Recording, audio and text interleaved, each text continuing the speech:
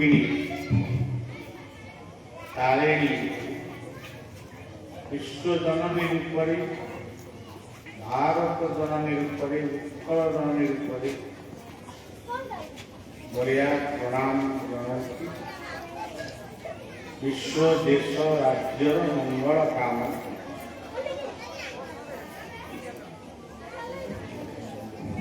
मुचुकुंदपुर पाटणा ग्राम समस्त अधिवासी मुकुंदपुर पाटणा ग्रामवासी मानकर सहयोग उत्साह ये कार्यक्रमटी आरंभ होती गोटे संध्या हेले भी समस्त भितर उत्साह उद्दीपना निश्चित भाव रही ग्रामवासी मानक ग्रामर आबार बुद्ध बनिता मान मार पाद तले समस्त शुभ कामना जो माँ माने पुष्पमाल्य दे वंदापना करी भलिया को स्वागत कले से माँ माने होती तारिणी मानकर अंश से भीतर माँ तारिणी को दर्शन करी बढ़िया जीवन को कृतार्थ मन करुच्ची जो माँ माने दुई थर हु हुई पकई आमको स्वागत करिसेंती हरिबोल आ हुड़हुड़ी ये दुईटी कथा सबुबले अमूल्य पुणी हुड़हुड़ीता सबु जगार नथा ओडिशा रे ही हुड़हुड़ीर कथा सर्वत्र प्रचलित से माँ माने तारिणी अंश विशेष समस्त भीतर से तारिणी को चिंतन कर प्रणाम ये मुकुंदपुर ग्राम जो माने युवक माने जो उद्योक्ता माने आमर संकीर्तन मंडली जो माने हरे कृष्ण कृष्ण कृष्ण हरे हरे हरे राम राम राम हरे हरे कही किसी बात आमको पार्श्वती नहीं आसले गोटे आध्यात्मिक परिवेश सृष्टि कर प्रणाम जनाऊँ अति वयस्क लोक मोर पितृकल्प से प्रणाम जनाऊँ इथि बढ़िया आसीथिला जनक निमंत्रण से होती भास्कर बाबू भास्कर बाबूर अति निकटतम प्रियतम साथी होती अजय कुमार दे सी चाहिए बापा रे घरे मुह मारे मो गाँ टे कृतार्थ हो मो गाँव लोक मैंने बाबा सहित परिचित हो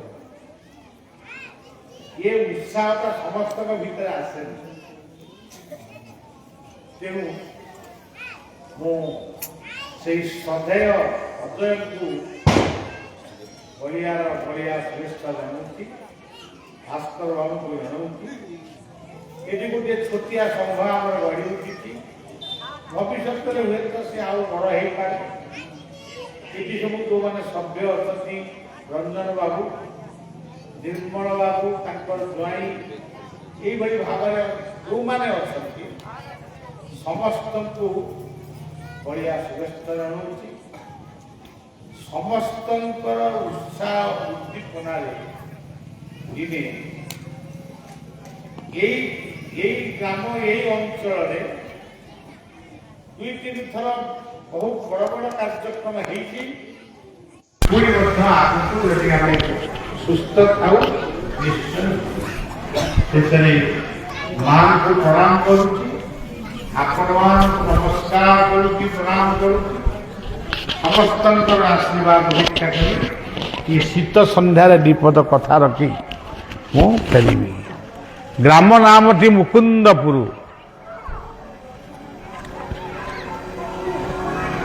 ମୁଁ କିଏ ନିଜକୁ ପଚାରନ୍ତୁ, ମୁଁ କିଏ? ମୁଁ ଆତ୍ମା। ଏ ହେଉଛି ତାର ଉତ୍ତର। କୁ କହିଲେ କଣ? କୁ କହିଲେ ପୃଥିବୀ। ମୁଁ ପୃଥିବୀର ଜଣେ ବ୍ୟକ୍ତି ବା ଜଣେ କର୍ମୀ। ମୁଁ କୁନ୍ଦ, ମୁଁ ଆନନ୍ଦର ସ୍ୱରୂପ। ହେ ଆନନ୍ଦମୟ କୋଟି ଭୁବନ ପାଳକ, ମୁଁ ସଚ୍ଚିଦାନନ୍ଦ ବ୍ରହ୍ମଙ୍କର ଅଂଶ। ତେଣୁ ମୁଁ କୁନ୍ଦ, ମୁଁ ଆତ୍ମା, ମୁଁ ପୃଥିବୀର ଏକ ବ୍ୟକ୍ତି, ମୁଁ ଆନନ୍ଦର ପ୍ରତୀକ, ଯାହାକୁ ବେଦ ବେଦାନ୍ତ ମାନେ କହିଛନ୍ତି ବ୍ରହ୍ମାସ୍ମି ପରମାତ୍ମା ବ୍ରହ୍ମ ପ୍ରଜ୍ଞାନଂ ଆନନ୍ଦଂ ବ୍ରହ୍ମ ତତ୍ତ୍ୱମସି। ତେଣୁ ଇଏ ସୁନ୍ଦର ନାଁଟିକୁ ମନେ ରଖିବେ। ଇଏ ଆପଣଙ୍କ ଗାଁ ନୁହେଁ, ଏଇଟା ମୋ ଗାଁ ମଧ୍ୟ। ତେଣୁ ଆମ ଗାଁ ମୁକୁନ୍ଦପୁରଟି କେତେ ତତ୍ତ୍ୱପୂର୍ଣ୍ଣ, କେତେ ଜ୍ଞାନପୂର୍ଣ୍ଣ ଶବ୍ଦ ଏଠିକିରୁ ଆପଣ ବୁଝିବେ। ଏଠି ଲେଖା ଅଛି ଶ୍ରୀ ହରି କଥା। ଶ୍ରୀ ହରି କଥା ନାମ ଏଠି କରୁଥିଲେ କୀର୍ତ୍ତନିଆ ଭାଇମାନେ। ହରେ କୃଷ୍ଣ କୃଷ୍ଣ କୃଷ୍ଣ ହରେ ହରେ ରାମ।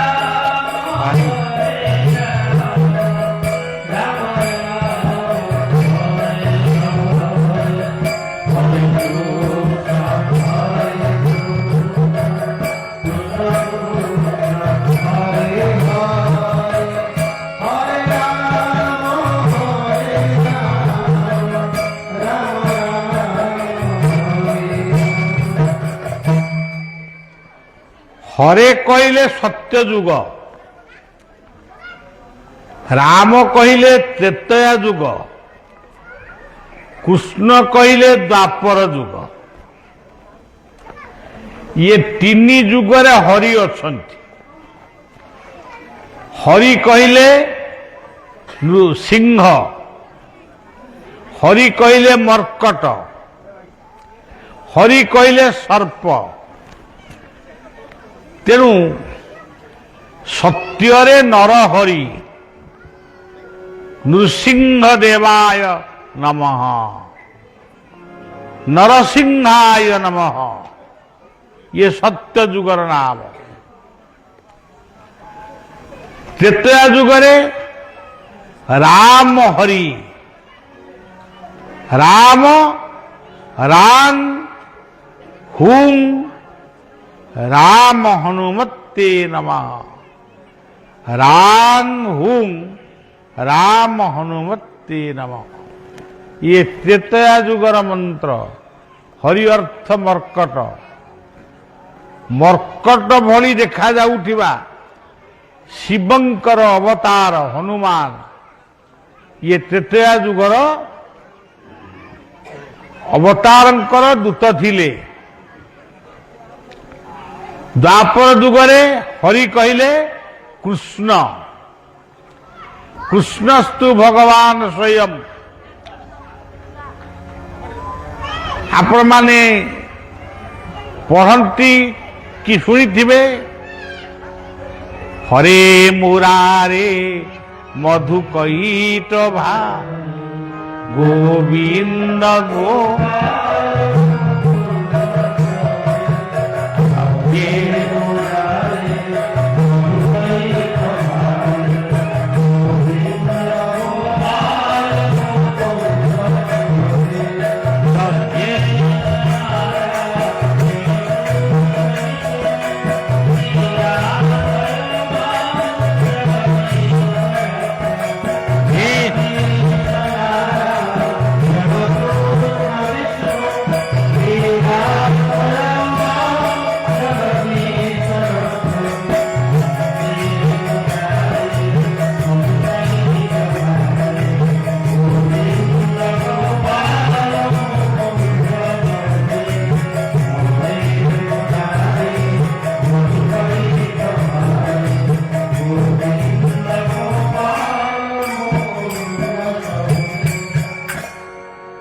तेणु भगवान होउचंदी हरि द्वापर जुगरे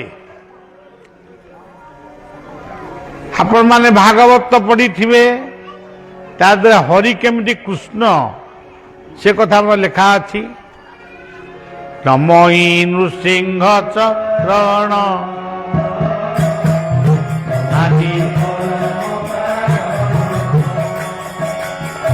लीला विधुत कले पर देव मानवे माया संसार लीला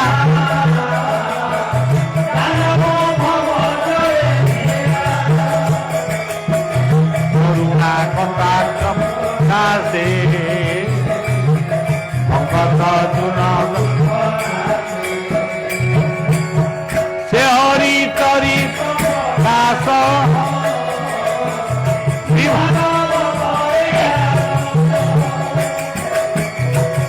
हरि तरी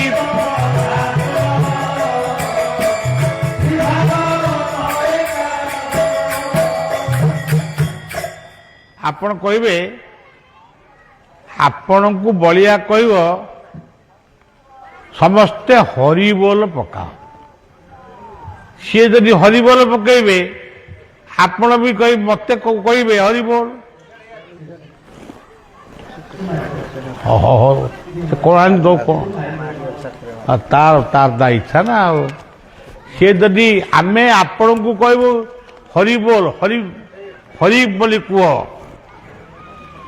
सी कहे आमको आमे कहबू ताकू हरि बोल यदि गुरु जहा शिष्य मध्य सेया हरि बोल। अच्छा सज्जन सत्यरे नर हरि नृसिंह अवतार त्रेतयारे राम और हनुमान ये होउचंदी त्रेतया जुगर अवतार द्वापर रे राधा हरि ये द्वापर जुगर अवतार कली जुगरे अवतार किए स्वयं हरि गौर हरि हरि बोल गौर हरि हरि बोल हरि कहले कौन जे पाप को हरण करती कष्ट को हरण करती दुख को हरण करती अभाव को हरण करती दारिद्रता को हरण करती अशांति की हरण करती सी होउचंदी हरि सेदिपाई कुहा जाइछि हरि नाम प्रेम लड़ू बड़ाई मधुर जे चाखिछि आस्वादन हरि नाम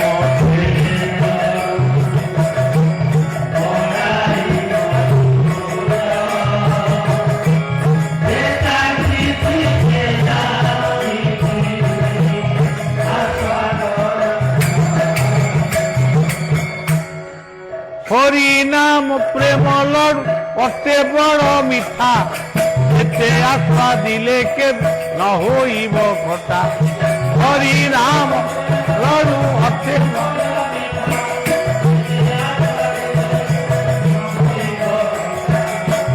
নাম লড়ু যাচন্তি তাই, নিয়রে নিয়রে ভাই অচল কথাই। হরি নাম প্রেম লড়ু যাচন্তি নিতাই, নিয়রে নিয়রে নিয়রে শান্তু অশান্তি নিতাই। হরি হরি বল কহি নিয়রে ভাই, হরি হরি বল কহি নিয়রে নিয়রে, হরি হরি বল কহি হরি হরি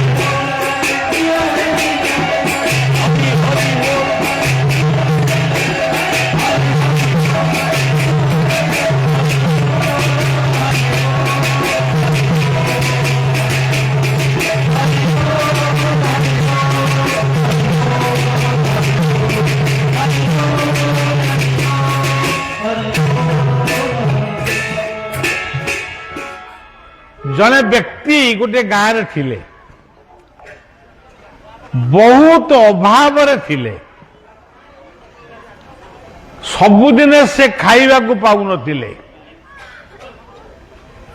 ଭିକ୍ଷା ମାଗିବାକୁ ଗଲେ ଭିକ୍ଷା ମଧ୍ୟ କେହି ଦଉନଥିଲେ।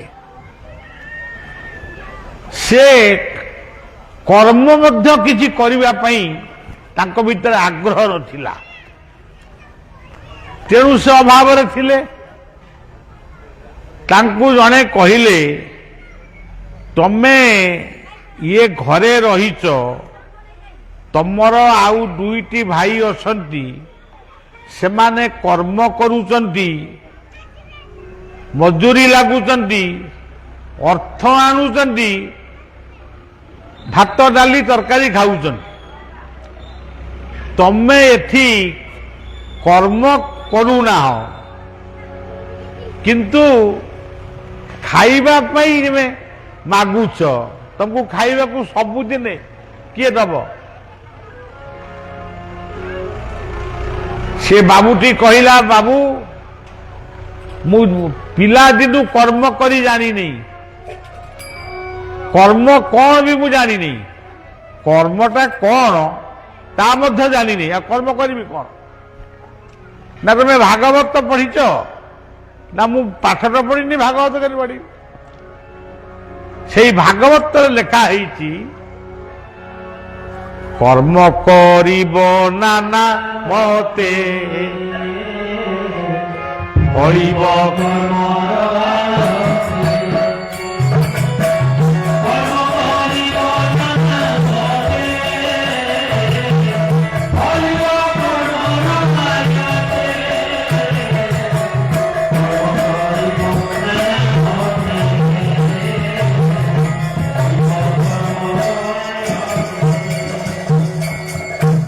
ବିଭିନ୍ନ ପ୍ରକାରର କର୍ମ କର, ଯେମିତିକିଆ କର୍ମ କରିବ ସେମିତିକିଆ ଫଳ ପାଇବ। ଦୁନିଆରେ ମନ୍ଦିରରେ ଠାକୁର ଅଛନ୍ତି ବୋଲି ଆମେ ଭାବୁଛୁ, ଠାକୁରାଣୀ ଅଛନ୍ତି ବୋଲି ଭାବୁଛୁ, ଦେବୀ ଦେବତା ମାନଙ୍କୁ ପୂଜା କରୁଛୁ, କିନ୍ତୁ ଗୋଟିଏ କଥା ଆମେ ଜାଣିନୁ ଯେ କର୍ମ ହିଁ ହଉଛନ୍ତି ବଡ଼ ଦେବତା। ବଳଭଦ୍ର ହଉଛନ୍ତି କର୍ମର ଦେବତା। ବଳଭଦ୍ରଙ୍କ କାନ୍ଧରେ ଲଙ୍ଗଳ, ହାତରେ ଶୂଳ। ସେ ଜଣେ କୃଷକ ଏବଂ ଜଣେ ଶିଳ୍ପର ପ୍ରତୀକ। ସେ ପୁଣି ସଂଗ୍ରାମେ ଚପଳ, ସେ ଜଣେ ସୈନିକ ବଳଭଦ୍ର। ଜଗନ୍ନାଥଙ୍କର ନାଁ ହେଉଛି ମହାବାହୁ। ବାହୁ ତାଙ୍କର ବହୁତ ବଡ଼। ହାତଟା କାହିଁକି ତିଆରି ହେଇଛି? କୀର୍ତ୍ତନ କରିବାକୁ କେବଳ ନୁହେଁ, କେବଳ ନାମ କୀର୍ତ୍ତନ କରିବାକୁ ନୁହେଁ, ଏ ହାତ ସୃଷ୍ଟି ହେଇଛି କର୍ମ କରିବା ପାଇଁ। ବାସନ ମାଜିବା ଯେତିକି କର୍ମ, ଘର ଓଳେଇବା ସେତିକି କର୍ମ, ଭାତ ରାନ୍ଧିବା ସେତିକି କର୍ମ। ସେଥିପାଇଁ ଭାଗବତରେ କହିଲେ ଭୋ ଦେବ କର୍ମ ପାଦେ ସେବ।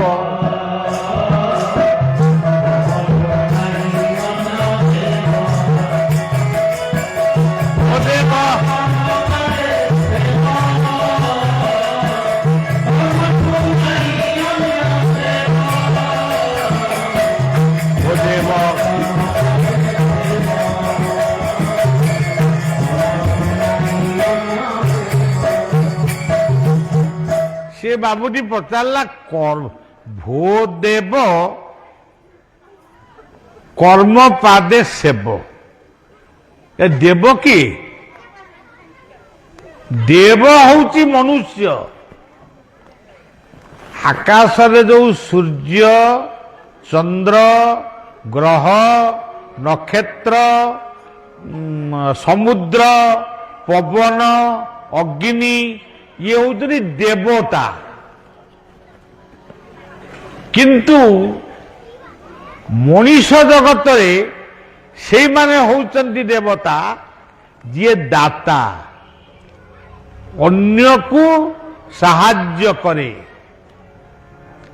ଆପଣମାନେ ଆଜି ଶୀତ ସନ୍ଧ୍ୟାରେ ଏକତ୍ର ହେଇଛନ୍ତି, ଆପଣମାନଙ୍କୁ କ'ଣ ଶୀତ ଲାଗୁନି?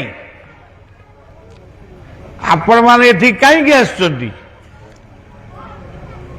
ଆସିଛନ୍ତି ଆପଣ ଘରେ ଯେତେବେଳେ ଥିଲେ ମଣିଷ ହେଇକିରି ଥିଲେ, ସତ୍ସଙ୍ଗକୁ ଯେତେବେଳେ ଆସିଲେ ଦେବତା ହେଇଗଲେ। ଭୋ ଦେବ, ଆପଣମାନେ ହିଁ ଦେବତା। ଆପଣମାନଙ୍କର ଅର୍ଥରେ ମାଇକ୍ ଲାଗିଛି, ଲାଇଟ୍ ଜଳୁଛି, ବଳିଆ ଆସିଛି, ଆପଣମାନଙ୍କ ପାଇଁ ବିଛଣା ପଡ଼ିଛି। ଇଏ ହଉଛି ଦେବତାର ଗୁଣ। ଭୋ ଦେବ। ତାପରେ ସେ ବାବୁଟି ପଚାରିଲା, ବାବୁ ନୁହେଁ ହୁଣ୍ଡାଟା, ସେ ହୁଣ୍ଡା ବାବୁଟି ପଚାରିଲା, ଆଚ୍ଛା ଭୋ ଦେବ ପୁଣି କହୁଛନ୍ତି କର୍ମ ପାଦେ ସେବ। କର୍ମ ତ କହିଲେ ଏଇ ରୋଷେଇ କରିବା, ବାସନ ମାଜିବା, ଏଇଟା କର୍ମ। ଖଣି ଖାଦାନରେ କାମ କରିବା, ଏସବୁ କର୍ମ। କର୍ମର ପାଦଟା କୋଉଠି? ଯେତେବେଳେ ସେ ପଚାରିଲା ବଡ଼ ଅଡୁଆରେ ପଡ଼ିଗଲେ। ତ ମୁଳେଇକି ଧଇଲାନି କ'ଣ? କର୍ମ ପାଦ ପୁଣି କ'ଣ? କର୍ମର ପାଦ ହଉଛି ପୃଥିବୀ, କର୍ମର ପାଦ ହଉଛନ୍ତି ସୁଭଦ୍ରା, କର୍ମର ପାଦ ହଉଛନ୍ତି ତାରିଣୀ, କର୍ମର ପାଦ ହଉଛନ୍ତି ଲକ୍ଷ୍ମୀ, ସରସ୍ୱତୀ, କାଳୀ, ଦୁର୍ଗା, ତାରିଣୀ। ଇଏ ହଉଛନ୍ତି କର୍ମର ପାଦ। ଧରିତ୍ରୀ, ତୁମେ ଯଦି ଧରିତ୍ରୀର ସେବା ନ କରିବ, ଧରିତ୍ରୀର ସେବା କ'ଣ? କୃଷି କରିବ, କୃଷକ ହବ, ଚାଷ କରିବ, ଫସଲ ପାଇବ, ରାନ୍ଧିବ, ବାଢ଼ିବ, ଖାଇବ, ଏଇଟା ସବୁ କର୍ମ। ଆଉ ଭୋ ଦେବ କର୍ମ ପାଦେ ସେବ।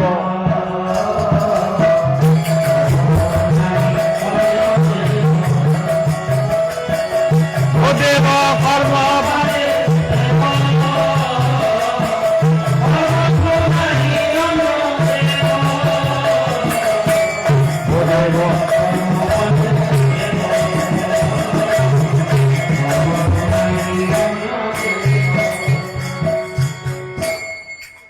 ତୁମେ ଯଦି କର୍ମ ନ କରିବ, ଏଇ ଧରିତ୍ରୀ, ଏଇଠି ଗୋଟେ ମଞ୍ଚ ହେଇଛି, ଏଇ ମଞ୍ଚ ତଳେ ମାଟି ଗୁଡ଼ିକ ଅଛି, ଏ ଗଛଟି ଠିଆ ହେଇଛି ମାଟି ଉପରେ।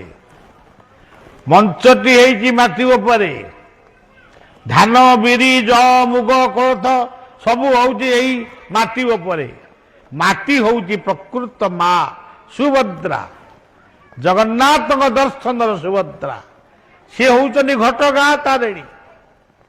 ଘଟ କହିଲେ ଶରୀର, ଇଏ ଶରୀର ଗୋଟେ ହଉଛି ଗାଁ। ଇଏ ଶରୀର ଗାଁର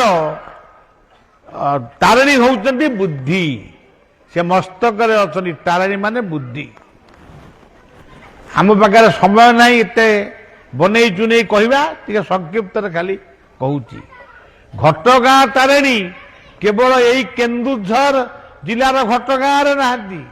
ଇଏ ପୃଥିବୀର ଯେତେ ଘଟ, ଖାଲି ମଣିଷ ନୁହନ୍ତି, ମଣିଷ ପଶୁ ପକ୍ଷୀ ବୃକ୍ଷ ତରୁ ତୃଣ ଲତା ପାହାଡ଼ ପର୍ବତ ନଦ ନଦୀ ଝରଣା ସମୁଦ୍ର, ଇଏ ସବୁ ଘଟ ଭିତରେ ଯିଏ ଅଛନ୍ତି ସିଏ ହଉଛନ୍ତି ତାରିଣୀ।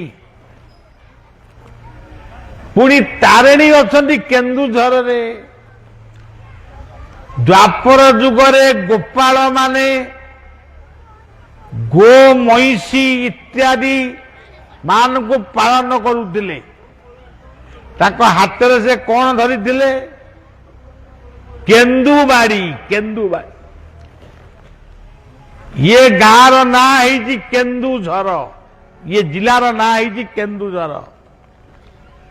କିନ୍ତୁ କେନ୍ଦୁଝର ସିନା ଇଏ ଗାଁଟି ନାଁ ହେଇଛି, କିନ୍ତୁ ଦ୍ୱାପର ଯୁଗରେ ଗୋପୀ ଗୋପାଳ ମାନେ କେନ୍ଦୁବାଡ଼ି ବ୍ୟବହାର କରୁଥିଲେ। କେନ୍ଦୁବାଡ଼ିଟି ଭାରି ଟାଣ। ଯାହାର ଅଣ୍ଟା ରୋଗ ଥିବ କିମ୍ବା ହାଡ଼ର କିଛି ଦୋଷ ଥିବ, ସେ କେନ୍ଦୁବାଡ଼ି ଯଦି ବ୍ୟବହାର କରିବ ସେ ରୋଗମୁକ୍ତ ବି ହେଇଯାଏ। ତେଣୁ କେନ୍ଦୁଝର, ଏଠି ଝରଟା କୋଉଠି ଅଛି? କେନ୍ଦୁଝର। ଝର କୋଉଠି ଅଛି? କେନ୍ଦୁଝରର ଗୋନାସିକା। ବୈତରଣୀ ତୀର୍ଥ ଯୋଉଠୁ ବାହାରିଛନ୍ତି। ତେଣୁ ଆ ନାମ ହଉଛି କେନ୍ଦୁଝର। ଆଜି ବି ଗୋନାସିକା ତୀର୍ଥ ଅଛି, ଗନ୍ଧମାର୍ଦ୍ଦନ ପାହାଡ଼ ଅଛି। ତେଣୁ ବାସ୍ତବରେ ଇଏ କେନ୍ଦୁଝର। ଇଏ କେନ୍ଦୁଝର ସହିତ ଭଗବାନ କୃଷ୍ଣଙ୍କର ସମ୍ବନ୍ଧ ବି ରହିଛି। ମା ତାରିଣୀ ଇଏ ହଉଛନ୍ତି କାଞ୍ଚି ରାଜାଙ୍କର ଇଷ୍ଟ ଦେବୀ। ଯେତେବେଳେ ଓଡ଼ିଶାର ରାଜା କାଞ୍ଚି ରାଜାଙ୍କ ଭିତରେ ଯୁଦ୍ଧ ହେଇଛି, କାଞ୍ଚି ରାଜା ପରାସ୍ତ ହେଇଛନ୍ତି। କାଞ୍ଚି ରାଜାଙ୍କ ଝିଅକୁ ଓଡ଼ିଶାର ରାଜା ଯେତେବେଳେ ବିବାହ ହେଇଛନ୍ତି, ସେତେବେଳେ ଯୌତୁକ କଣ ଦେବେ ପଚାରିଲେ, ଆପଣ ତ ଜଣେ ମହାନ ରାଜା ଉତ୍କଳ ଖଣ୍ଡର, ଆପଣଙ୍କୁ କି ଯୌତୁକ ଦିଆଯିବ? ସିଏ କହିଲେ ମୋର କଣ ଅଭାବ ଅଛି ଯେ ମୁଁ ଏଠୁ ଆପଣଙ୍କଠୁ ଯୌତୁକ ନେବି? ଯୌତୁକ ମୁଁ ନେବିନି। ଯଦି ଦେବେ, ଯଦି ଯୌତୁକ ଆପଣ ଦେବେ, ତାହେଲେ ମା ତାରିଣୀକୁ, ମା ଆପଣଙ୍କର ଇଷ୍ଟ ଦେବୀ ତାରିଣୀ କି ମତେ ଯୌତୁକ ଦିଅ। ରାଜା କହିଲେ କଣ? ମା ତାରିଣୀ କି ମୁଁ ଯୌତୁକ କେମିତି ଦେବି? ସିଏ କଣ ମଣିଷ ହେଇଛି ମୁଁ ତାକୁ କହୁଛୁ ଯା? ହେ ରାଜା, ହେ ଉତ୍କଳ ଖଣ୍ଡର ମହାନ ବୀର ରାଜା, ତୁମେ ନିଜେ ହିଁ ପ୍ରାର୍ଥନା କର,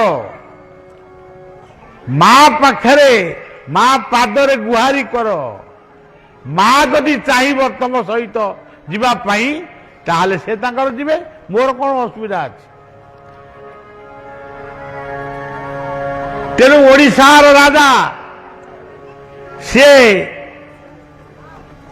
ଅନୁସରଣ କଲେ, ଉପାସରେ ରହିଲେ, କାନ୍ଦିଲେ, ଭୂଇଁରେ ଶୋଇଲେ, ମା ତୁ ମୋର ଉତ୍କଳ ଖଣ୍ଡକୁ ଯିବୁ।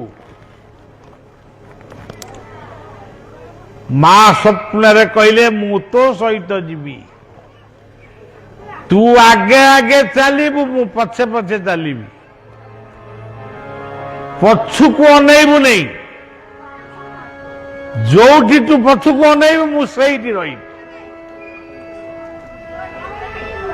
ରାଜା ଚାଲିଲେ, ମା ତାରିଣୀ, ମଙ୍ଗଳମୟୀ ମା ତାରିଣୀ, ରୁମ୍ ଝୁମ୍ ଝୁମ୍ ରୁମ୍ ମାନେ ଗୋପ ନିବାସିନୀ, ଗୋପ ନିବାସିନୀ, ଘର ଘର ବାଦିନୀ, ହାସର ଘଣ୍ଟ ବିନୋଦିନୀ, ଡମ୍ବରୁ ବାଦି, ନୃତ୍ୟ ବିଳାସିନୀ, କୁଙ୍କୁମ ମର୍ଦିନୀ କନ୍ଦ, ଜୟ ଜୟ ଦୁର୍ଗତି, ଜୟ ଜୟ ଦୁର୍ଗତି ତାରିଣୀ ମାନେ।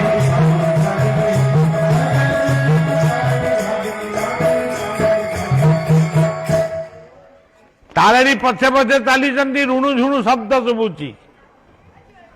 ରାଜା ଶୁଣୁଛନ୍ତି। ଯେତେବେଳେ ଏଇ କେନ୍ଦୁଝର ଜଙ୍ଗଲରେ ପହଞ୍ଚିଲେ,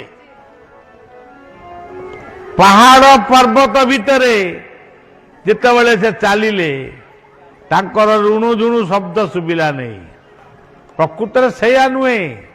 ମା ଚାହିଁଲେ କୃଷ୍ଣଙ୍କ ସହିତ କେନ୍ଦୁଝରର ସମ୍ପର୍କ ରହିଛି। ଏଠି ରହିଛି ପୂର୍ଣ୍ଣତୟା ବୈତରଣୀ ତୀର୍ଥ। ଗଙ୍ଗା ଠାରୁ ଯେଉଁ ତୀର୍ଥ 100 ବର୍ଷ ବଡ଼ ଆୟୁଷରେ, ମୁଁ ଏଇଠି ରହିବି। ମୁଁ ପୁରୀ ସମୁଦ୍ର କୂଳରେ ତ ଜଗା ଭଳିଆ ଅଛନ୍ତି, ମୁଁ ସେଠି ଯାଇ କଣଟା କରିବି? ମୁଁ ଏଇଠି ରହିବି। ମା ରହିଗଲେ, ଶବ୍ଦ ଶୁଭିଲା ନାହିଁ। ରାଜା ଯେତେବେଳେ ପଛକୁ ଅନେଇଲେ, ମା ସେଇଠି ରହିଗଲେ। ଯେଉଁଠି ଆଜି ଆପଣ ତାରିଣୀଙ୍କୁ ପୂଜା କରୁଛନ୍ତି, ସେଇଠି ରହିଲେ। ମା ତାରିଣୀଙ୍କୁ ମୁଁ 50 ବର୍ଷ ପୂର୍ବେ ଦେଖିଥିଲି। ଯାହା ଆଜି ସେଇଆ, ସେ ପରିବେଶ ବଦଳି ଯାଇଛି। ମୁଁ ମାଙ୍କର ପ୍ରତ୍ୟକ୍ଷ ସ୍ୱପ୍ନ, ପ୍ରତ୍ୟକ୍ଷ କୃପା ଇଏ ଅଧମ ପାଇଛି। ସେ ସବୁ କଥା କହି ସମୟ ନଷ୍ଟ କରିବାକୁ ମୁଁ ଚାହୁଁନି। କେବଳ ଏତିକି ଜାଣନ୍ତୁ, ଇଏ ହେଉଛନ୍ତି ଭୋଦେବ କର୍ମ ପାଦେ ସେବ, କର୍ମଠୁ ନାହିଁ ଅନ୍ୟ ଦେବ। ଏଠି ନଡ଼ିଆ ବାଡ଼ିଆ ହୁଏ। କେନ୍ଦୁଝର ତ ନଡ଼ିଆ ହଏନି। କେନ୍ଦୁଝରରେ ନଡ଼ିଆ ହଏନି, କିନ୍ତୁ ନଡ଼ିଆ ଏଠି ବାଡ଼ିଆ ହଏ। କଟକରେ ନଡ଼ିଆ ହଏ, ବାଲେଶ୍ୱରରେ ନଡ଼ିଆ ହଏ, ପୁରୀରେ ନଡ଼ିଆ ହଏ, ବେଙ୍ଗଲରେ ନଡ଼ିଆ ହଏ। କାହିଁକି ନା ସମୁଦ୍ର କୂଳରେ ନଡ଼ିଆ ହଏ। ଏତେ ସମୁଦ୍ର ବହୁତ ଦୂରରେ, ଏତେ ନଡ଼ିଆ ଗଛ ନାହିଁ। ଯଦି ଥିବ ଖୁବ ଅଳ୍ପ ଥିବ, କିନ୍ତୁ ଏଠି ହଜାର ହଜାର ନଡ଼ିଆ ପିଟା ହଉଛି। ଇଏ କି ପ୍ରକାରର କଥା? ଯଦି ମୁଁ ଥରେ ଚିଠିଟିଏ ଲେଖିଥିଲି, ଟ୍ରଷ୍ଟ ବୋର୍ଡକୁ ଲେଖିଥିଲି, ଯଦି ସେ ପାଣି ଗୁଡ଼ିକ ମାର ମୁଣ୍ଡ ଉପରେ ଅଳ୍ପ ଢାଳି ତାକୁ ଯଦି ଗୋଟିଏ ନନ୍ଦିଆ ଫନ୍ଦିଆ ଭିତରେ ରଖି ଦିଆଯାଆନ୍ତା, ସେ ପାଣିକି ପିଇବା ପାଇଁ ମଧ୍ୟ ଅନେକ ଲୋକ ମହାପ୍ରସାଦ ଭଳି ତାକୁ ମଧ୍ୟ ଆଗ୍ରହ କରନ୍ତେ ଏବଂ ଅର୍ଥ ଉପାର୍ଜନ ବି ହୁଅନ୍ତା। ତେବେ ନଡ଼ିଆକୁ ଭାଙ୍ଗିଲେ କାହିଁକି? ନଡ଼ିଆଟା କ'ଣ? ତ ବଡ଼ ଅଡ଼ୁଆ କଥା। କଦଳୀ, କମଳା, ପିଜୁଳି ଇଏ ସବୁ ଭୋଗ ହେଲାନି, ନଡ଼ିଆ ହେଲା। ଏଠି ଅଛି ନ ଅକ୍ଷରଟି ପ୍ରଥମେ ଅଛି। ଆମେ କହିବୁ ଆମ୍ବ, ଆ ଅଛି ନା ଅ ଦିଗଣ, ଆମ୍ବ। ଆଉ ଜଣେ କହିବେ ନା ନା କଦଳୀ, କ ଅଛି, ଅ ନାହିଁ। ଆମେ କହିବୁ ହଁ ଗୋଟେ ଅଙ୍ଗୁର ଅଛି, ସେଟା ଆମ ଦେଶରେ, ଆମ ରାଜ୍ୟରେ ହୁଏନି, ସେଟା ଅନ୍ୟ ରାଜ୍ୟରୁ ଆସେ। ତେଣୁ ନଟି କ'ଣ? ନବଧା ଭକ୍ତି।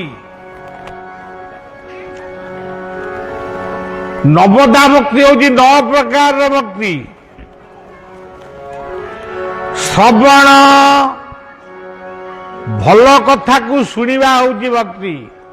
କୀର୍ତ୍ତନ, ଖୋଳ ମୃଦଙ୍ଗ ଗିନି କର୍ତ୍ତାରେ କୀର୍ତ୍ତନ କରିବା ହଉଛି ଗୋଟିଏ ଭକ୍ତି। ଅର୍ଚ୍ଚନ, ପୂଜା କରିବା ହଉଛି ଗୋଟିଏ ଭକ୍ତି। ଯେମିତି ଆପଣମାନେ ଦୀପରେ ବନ୍ଦାପନା କଲେ, ଫୁଲ ଅରୁଆ ଚାଉଳରେ ବନ୍ଦା, ଅର୍ଚ୍ଚନ। ବନ୍ଦନ, ହୁଳୁହୁଳି ପକେଇବା ମଧ୍ୟ ଗୋଟିଏ ଭକ୍ତି। ହରିବୋଲ ପକେଇବା ଗୋଟିଏ ଭକ୍ତି। କରତାଳି ମାରିବା ଗୋଟିଏ ଭକ୍ତି। ସିଏ ପୁଅଟି ଆସି ମତେ ମୋ ବେକାରେ ଗୋଟେ ଅର୍ଥ ଦେଲେ, ମାନେ କଣ ଦେଇଛନ୍ତି, ଇଏ ବି ଯୋଉ ସଦା, ଇଏ ବି ଗୋଟିଏ ଭକ୍ତି। ଶ୍ରବଣଂ କୀର୍ତ୍ତନଂ ବିଷ୍ଣୁ ସ୍ମରଣଂ ଅର୍ଚ୍ଚନ।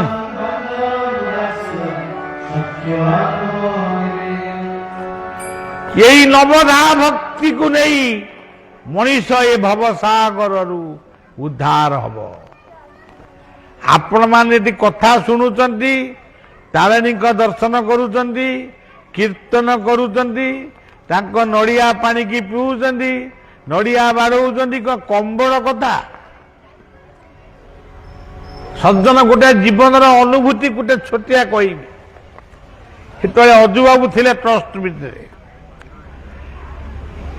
ଛୋଟିଆ କଥା, ବଳିଆ ଯାଇଥିଲା, କୁଆଡ଼େ ଯାଇଥିଲା ମୋର ଆଉ ମନେ ନାହିଁ। ନିର୍ଧୁମ ଖରା ବେଳେ ଆସି ଏଠି ରିଟାୟାର୍ଡ ଇଞ୍ଜିନିୟର ଯେ ନିର୍ମଳ ବାବୁ ଘର କରିଛନ୍ତି, ତାଙ୍କରି ଘରେ ଖରାବେଳେ ଟିକେ ବିଶ୍ରାମ ନେଲି। ତାଙ୍କର ସହଧର୍ମିଣୀ କହିଲେ, ବାବା ଆପଣ ଏଇଠି ଶୋଇପଡ଼ନ୍ତୁ, ମୁଁ ଟିକେ ରୋଷେଇ କରିଦେବି, ଆପଣ ଟିକେ ଖାଇବେ। ମୁଁ କହିଲି, ଆଚ୍ଛା ହଉ, ମୁଁ ଶୋଉଛି। ମୁଁ କ୍ଳାନ୍ତ ହେଇକିରି ଶୋଉଛି।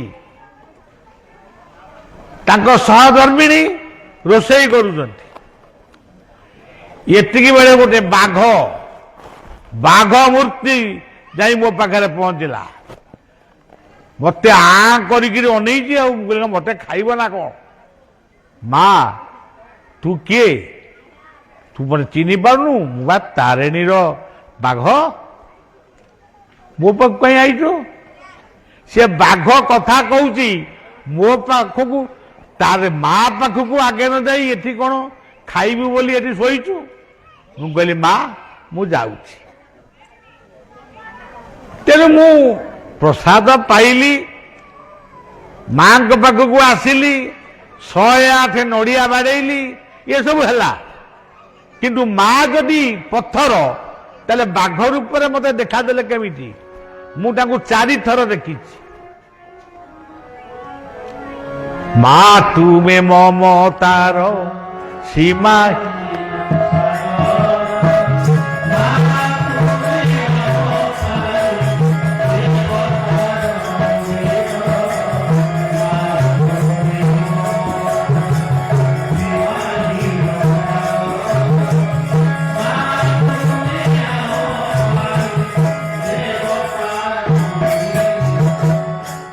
ଆଉ ଥରେ ଦେଖିଲି ସ୍ୱପ୍ନରେ, ଅରିଲରେ ଦେଖିଲି, ଅନନ୍ତଙ୍କ କ୍ଷେତ୍ରରେ। ମୁଁ ଭାବୁଛି ଇଏ ନଡ଼ିଆକୁ ଖାଲି ବାଡ଼ଉଛନ୍ତି ନା ପାଣି କୋଉ ତାରିଣୀ ପିଉଛନ୍ତି? ଇଏ ଖାଲି ବାଡ଼ଉଛନ୍ତି। ସେଇ 2-4 ଦିନ ପରେ କି 15 ଦିନ ଭିତରେ ଗୋଟେ ସ୍ୱପ୍ନ ଦେଖୁଛି, ମା ତାରିଣୀଙ୍କର ସେଇ ପ୍ରସ୍ତର ମୂର୍ତ୍ତି ଆଁ କରିକିରି ଉପରକୁ ଅନେଇଛି। ମୁଁ ଖାଲି ଖାଇବାକୁ ତାଙ୍କୁ ଦଉଛି। କଣ ଖାଇବାକୁ ଦଉଛି ମୋର ମନେ ନାହିଁ। ନିଦ୍ରା ଭଙ୍ଗ ହେଲା। ତେଣୁ ଏମାନେ ପଥର ନୁହନ୍ତି, ଏମାନେ କାନ୍ତିରାଜର ଇଷ୍ଟ ଦେବୀ। ଆଜି ସେ ଉତ୍କଳ ଭାରତୀ। ତାଙ୍କୁ ଭାବିଲେ ପଥର, ନ ପାଥିଲେ କୁକୁର। ତେଣୁ ନ କହିଲେ ନବଦା ଭକ୍ତି, ନ କହିଲେ କଣ? ନ କହିଲେ ନମ୍ରତା। ଯାହା ପାଖରେ ନମ୍ରତା ଗୁଣ ନାହିଁ, ସିଏ କାହାକୁ ପାଇବ ନାହିଁ। ନମଇ ନୃସିଂହ ଚରଣ অনাদি পরম কারণ। বাবু নম্রতা ଯଦି ନାହିଁ, ବଳିଆ ଆସିଛି ମୁଁ ଜଣେ ମଣିଷ, କିନ୍ତୁ ଆଇଛି ଆପଣମାନଙ୍କର ନମ୍ରତାର ନିମନ୍ତ୍ରଣ ମୋତେ ଶୀତ ସନ୍ଧ୍ୟାରେ ଏଠି ବସେଇଛି। ନମ୍ରତା ନମ୍ରତି ଫଳିନ ବୃକ୍ଷ। ଗଛରେ ଫଳ ଧଇଲେ ସେ ଗଛ ଡାଳ ତଳକୁ ନଇଁ ଆସେ। ନମ୍ରତି ଫଳିନ ବୃକ୍ଷ। ନମ୍ରତି ଗୁଣୀ ନ ଜନା। ଯେଉଁମାନେ ଜ୍ଞାନୀ ମାନି ଗୁଣୀ, ସେମାନେ ଯେତେ ଜ୍ଞାନ ଆହରଣ କରିବେ ସେ ନିଜକୁ ଭାବନ୍ତି ମୁଁ କିଛି ଜାଣିନି। ଆଉ କିଛି ଲୋକ ଅଛନ୍ତି ଅଳ୍ପ ଜ୍ଞାନ ଜାଣିଥିବେ, ମାନେ ଡବ ଡବ ଡବ ସବୁବେଳେ ଗପୁଥିବେ, ବାକ୍ୟ ବୀର। ସେ ଭାବନ୍ତି ଯେ ଆମଠାରୁ ଆଉ ବଡ଼ ଜ୍ଞାନୀ କେହି ନାହାନ୍ତି। ନମ୍ରତି ଫଳିନ ବୃକ୍ଷ, ନମ୍ରତି ଗୁଣିନ ଜନା। ତାପରେ କହିଲେ ଶୁଷ୍କ କାଶଞ୍ଚ ମୂର୍ଖଞ୍ଚ। ଶୁଷ୍କ କାଠ, ଶୁଖିଲା କାଠ କି ମୂର୍ଖ ସେ କେବେ ନଇଁ ଯାଏ ନା, ଭାଙ୍ଗିଯାଏ। ତେଣୁ ଇଏ ହଉଛି ନ। ଖାଲି ଏତିକି ନୁହେଁ, ଆଉ ନ କଣ? ନବଦ୍ୱାରେ ପୁରଂ ଦେଇ ନୈବ କୁର୍ବନ କାରୟ। ଆମ ଦେହ ଭିତରେ 9ଟା ଦ୍ୱାର ଅଛି। ଇଏ 9ଟି ଦ୍ୱାରକୁ ନେଇକିରି ଜୀବନ ଚାଲିଛି, ଜଗତ ଚାଲିଛି। ନାସାର 2 ପୁଡ଼ା, 2, ଆଖି 2ଟି 4, କାନ 2ଟି 6, ମୁଖ ଗୋଟିଏ 7, ମଳମୂତ୍ର ଦ୍ୱାର 2ଟି 9। ନବଦ୍ୱାରେ ପୁରଂ ଦେଇ ନୈବ କୁର୍ବନ କାରୟ। ତେଣୁ ଜୀବନ ହଉଛି ଗୋଟେ ନଡ଼ିଆ। ଏଇ ନମ୍ରତାକୁ ଯିଏ ଦେଇଯିବ ସିଏ ଆତ୍ମାକୁ ପ୍ରାପ୍ତ ହବ, ପରମାତ୍ମାକୁ ପ୍ରାପ୍ତ। ଯଦି ନମ୍ରତା ନାହିଁ, ଆ କହିଲେ ଆତ୍ମା, ଆ କହିଲେ ପରମାତ୍ମା। ଯଦି ଆମ ଭିତରେ ନମ୍ରତା ନାହିଁ, ନବଦା ଭକ୍ତି ନାହିଁ, କିମ୍ବା କାହାକୁ ନମସ୍କାର କରିବାର ନାହିଁ, ଆମେ କେମିତି ତାଙ୍କୁ ପାଇବୁ? ସେଥିପାଇଁ ମୁଁ କହିଲି ମୁକୁନ୍ଦପୁର ମୁଁ ନିଜକୁ ପଚାରନ୍ତୁ, ହୁ am I? I am a soul. I am a part of a supreme soul. ମୁଁ ହଉଛି ଆତ୍ମା, ମୁଁ ଦେହ ନୁହେଁ। କୁ ନିଜକୁ ପଚାରନ୍ତୁ, କୁ କଣ? World is one, universe is one, sun is one, moon is one, earth is one, sea is one. ଆଉ ଆପଣ କହିବେ ମୁଁ ଅମୁକ, ମୁଁ ସମୁକ, ଆମ ଧର୍ମ ବଡ଼, ତାଙ୍କ ଧର୍ମ ବଡ଼। ଏଗୁଡ଼ାକ ସବୁ ଛୋଟ ପଣିଆ କଥା। ସର୍ବେ ଭବନ୍ତୁ ସୁଖିନ, ଯାହାର ଆହ୍ୱାନ ସେ ହଉଛି କୁ। କାଳେ ବର୍ଷନ୍ତୁ ପର୍ଜନ୍ୟ ପୃଥିବୀ ଯଶଶାଳିନୀ, ସେ ହଉଛି କୁ। ଉତିଷ୍ଠତ ଜାଗ୍ରତ, ସେ ହଉଛି କୁ। ଦ ନ ଦ ଦ ନ ଦ ଦ। ନ କହିଲେ ନମ୍ରତା, ଦ କହିଲେ ଦର୍ଶନ, ଗୁରୁ ଦର୍ଶନ, ପିତୃମାତୃ ଦର୍ଶନ, ତାରିଣୀ ଦର୍ଶନ, କାଳିଆ ବଳିଆଙ୍କ ଦର୍ଶନ, ଗୁରୁ ଗୁରୁଜନଙ୍କ ଦର୍ଶନ। ଇଏ ଦର୍ଶନ ଯିଏ ନ କରିଛି ସେ କ'ଣ ଭଲ ମଣିଷ କି? ତେବେ ନଡ଼ିଆ ପାଣି ପିଅନ୍ତୁ, ମା ତାରିଣୀ ଏଠି ଶିଖେଇଲେ ପିଲାଏ ନଡ଼ିଆ ପାଣି ପିଅ, ଯଦି ନଡ଼ିଆ ପାଣିଟା ହଜମ ହବନି ତାହେଲେ ପଇଡ଼ ପାଣି ପିଅ, ଆଖୁ ରସ ପିଅ, କେନ୍ଦୁ ରସ ଖାଅ, ଆଉ ସବୁ ରସ ପିଅ, ଗୋରସ ପିଅ, ଦହି ପିଅ, ହଁ ଚାହା ଦିଥର ପିଇଲେ ଚଳିବ, କିନ୍ତୁ ହାଣ୍ଡିଆ ପିଅ ନା। ଯଦି ପିଉଛ ହାଣ୍ଡିଆ ପିଇକିରି ଘରେ ଭଙ୍ଗାରୁଜା କରନା, ଘରକୁ ଅଶାନ୍ତି କରନା। ସେଇଥିପାଇଁ ମା ବୋଧେ ନଡ଼ିଆ ପାଣିର ବ୍ୟବସ୍ଥା କରିଛି। ପୁଣି ଥରେ ଟ୍ରଷ୍ଟକୁ ଲେଖିବି, ବିନମ୍ର ଅନୁରୋଧ କରିବି, ସେ ପାଣି ଗୁଡାକ ଗୋଟେ କୁଣ୍ଡରେ ଜମା ହେଇ ରହୁ। ମା ସବୁବେଳେ କଣ ଗାଧଉଛି? ମା ମାସକରେ 3 ଥର ଗାଧାଏ, 7 ଦିନ ପାଳେ।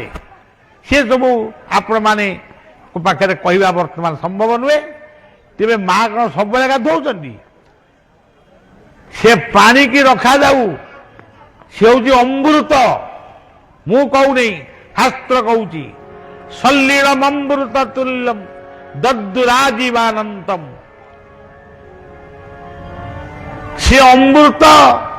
ଆମେ ତାକୁ ବଞ୍ଚେଇଲା ବେଳେ, ନଡ଼ିଆ ଗଛକୁ ବଞ୍ଚେଇଲା ବେଳେ ମୁଦା ଲୁଣି ପାଣି ଦେଇଥିଲୁ କି ଖାର ପାଣି ଦେଇଥିଲୁ, କିନ୍ତୁ ସିଏ ଆମକୁ ଦଉଛି ସଲ୍ଲୀଳ ଅମୃତ ତୁଲ୍ୟ। ତେଣୁ ନଡ଼ିଆ ପାଣି ପିଅନ୍ତୁ, ହାଣ୍ଡିଆ ପିଇବା ଟିକେ କମେଇ ଦିଅନ୍ତୁ। ଯଦି ଗୋଟେ ଆପଣମାନଙ୍କର ଆମର ଆଦିବାସୀ ଭାଇମାନଙ୍କୁ ଗୋଟେ ଅଭ୍ୟାସ ଅଛି, ତା ଭିତରେ ବି ଶକ୍ତି ଅଛି। ତାର ଅର୍ଥ ନୁହେଁ ଯେ ହାଣ୍ଡିଆ ଏତେ ପିଇବ ଯେ ବାଟରେ ପଡ଼ିଯିବ, ଖଣ୍ଡିଆ ମଣ୍ଡିଆ ହବ। ତେଣୁ ମୁଁ କାହାକୁ ବିରୋଧ କରୁନି, ଗୁଣର ପୂଜାରୀ ହୁଅ। ବର୍ତ୍ତମାନ କଥାଟି ଶେଷ କରିବା। ବର୍ତ୍ତମାନ ସେ ହୁଣ୍ଡା ବାବୁଟି ପଚାରୁଛି, ଭୋ ଦେବ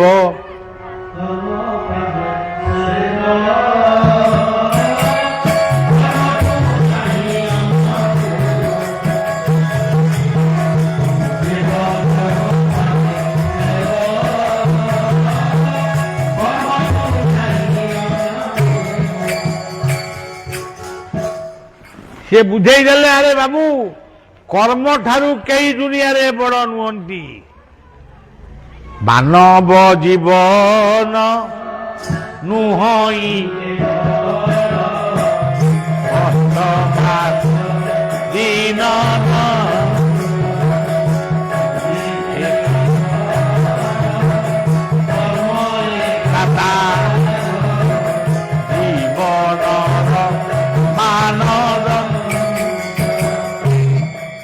ଆଜି ମଣିଷଟି ଅଛି, କାଲି ନାହିଁ। ଆଜି କଥା କହୁଛି, କାଲିକି କହିପାରିବି କି ନାହିଁ ତା ମଧ୍ୟ ମୋର ସନ୍ଦେହ।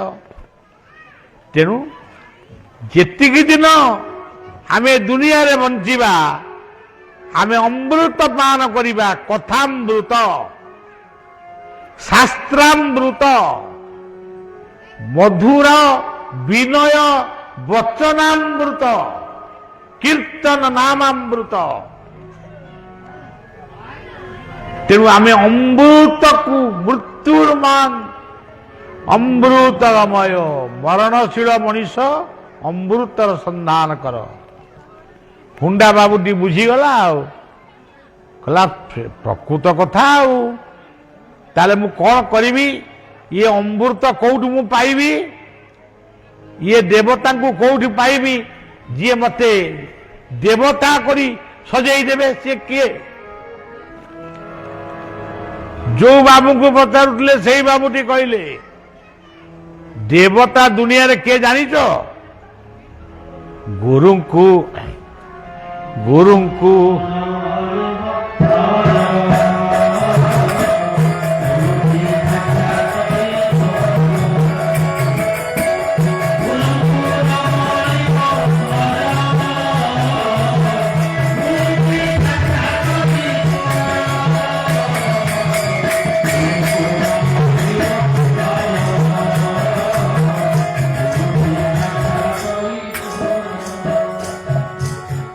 ଜଣେ ଗୁରୁଙ୍କ ପାଖକୁ ଯାଅ, ମୋତେ ପୂଜିବ ଗୁରୁ।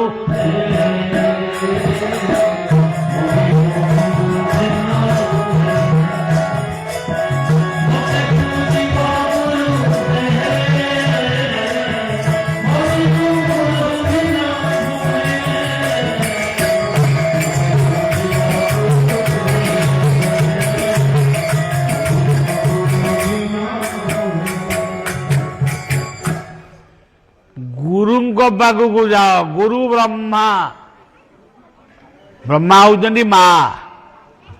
ଗୁରୁ ବିଷ୍ଣୁ, ବିଷ୍ଣୁ ହଉଛନ୍ତି ବାପା। ଗୁରୁଦେବ ମହେଶ୍ୱର, ଶିକ୍ଷକ, ଯେଉଁମାନେ ଆମକୁ ପାଠ ପଢ଼ାନ୍ତି, ଶିକ୍ଷକ ଶିକ୍ଷୟିତ୍ରୀ ଇତ୍ୟାଦି। ଗୁରୁ ସାକ୍ଷାତ ପରଂ ବ୍ରହ୍ମ, ସେ କିଏ? ଦୀକ୍ଷା ଗୁରୁ ବା ସଦ୍ଗୁରୁ। हे गुरु तू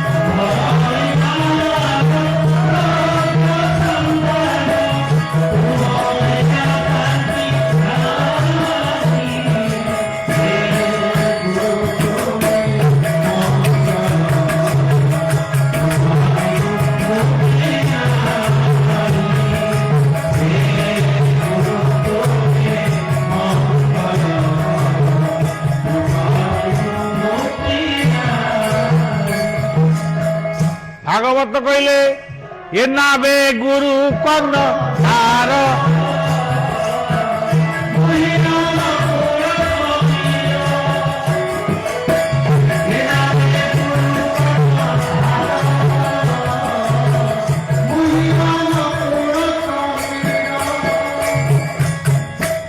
तेणु गुरुंक ठारू बड़ दुनिया रे किए अछि देखी नाही भगवानंकु देखी गुरु देखी नाही भगवान देखी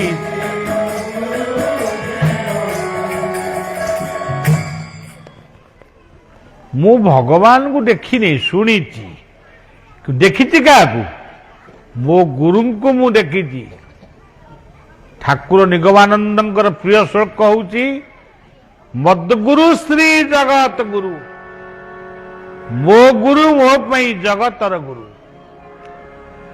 गुरुमय ए जगत अनंत शयन हुंडा बाबूटी शुणिला जड़े गुरु पाखे पहुंचला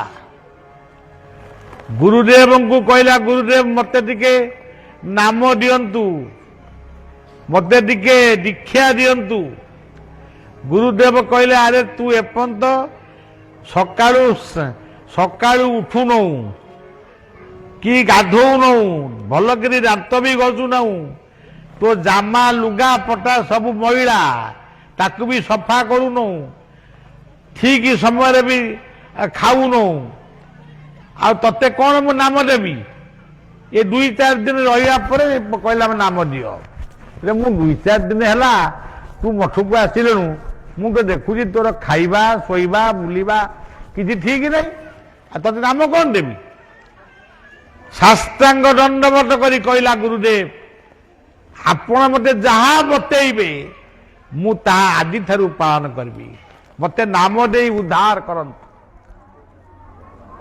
तेणु ये माया रूपे जीव उद्धार गुरु रूपे ये मोह माया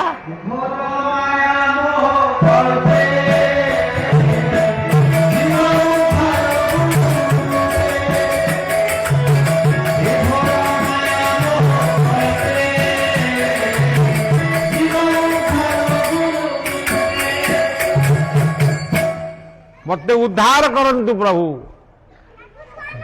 गुरुदेव कहले आ कौन तते देवी ଯଦି ଯଦି ଅନୁସାର ବିସର୍ଗ ବିଶିଷ୍ଟ ମନ୍ତ୍ର ଦେବି ତୋ ପାଟିରେ ପଶିବନି। ମନେ କରାଯାଉ ଦେବୀ ଶାନ୍ତାକାରମ୍ ଭୁଜଙ୍ଗ ଶୟନମ୍ ପଦ୍ମନାଭମ୍ ସୁରେଶମ୍ ବିଶ୍ୱାଧାରମ୍ ଗଗନ ସଦୃଶଂ मेघवर्णं शुभांगं लक्ष्मीकान्तं कमलनयनं योगिर्भिध्यानगं वन्दे विष्णुं भवभयालं सर्वलोकैकनाथं। तू कौन आकु सब मुखस्थ कर पारिबु ना ना मु पारिबिनि मु पाठ पढ़िनी आकु सब पढ़िबि कौन। अच्छा गोटाए मंत्र तोते देबी तू ताको पाठ न पढ़ले भी पढ़ी पारिबुनि से कौन हरि हरि हरि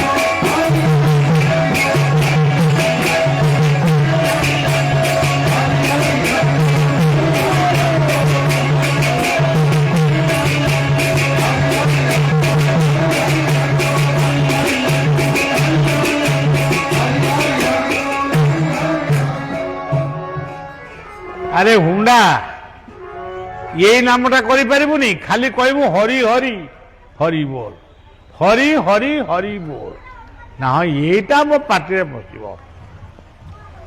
जदि पाटिरे पशिबो ए नामटी ताले ए नामटा करिबो आउ सेइटू करताली मारी कीर्तन करी आरंभ कला नाम हरि हरि हरि बोल हरि हरि हरि हरि हरि हरि हरि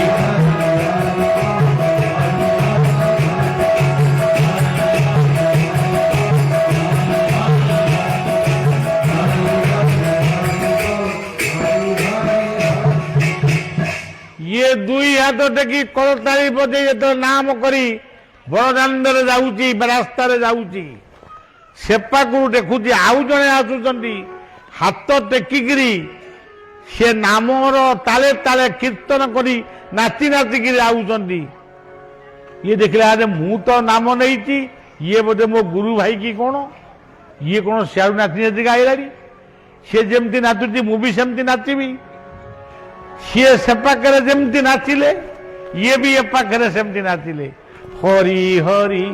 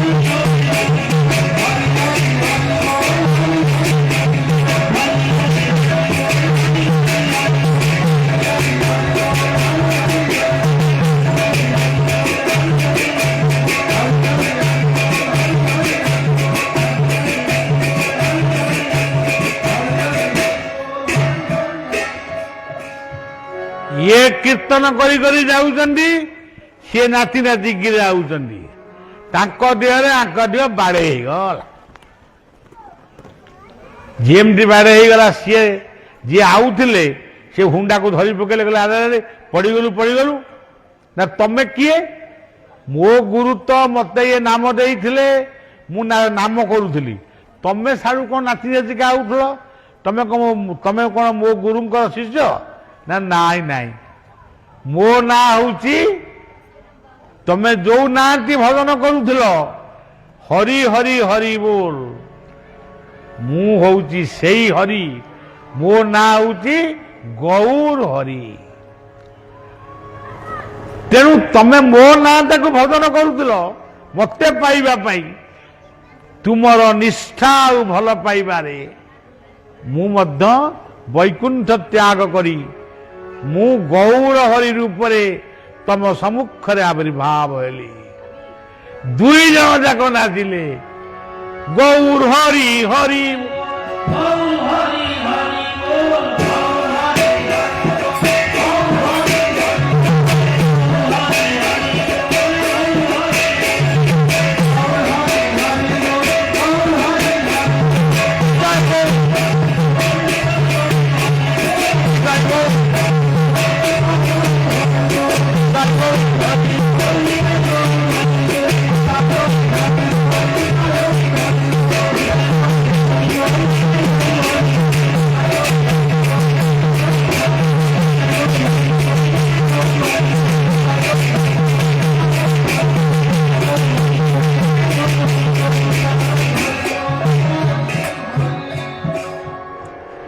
ନିତ୍ୟାନନ୍ଦ ହଉଛନ୍ତି ବଳଦେବ, ଗୌରାଙ୍ଗ ହଉଛନ୍ତି କୃଷ୍ଣ।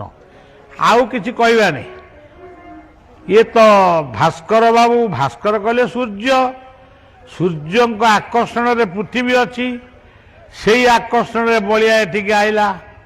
ଅଜୟ କହିଲେ ଯାହାର ପରାଜୟ ନାହିଁ, ତେଣୁ ଅଜୟ ଇଏ ସଭାକୁ ଆୟୋଜନ କଲା।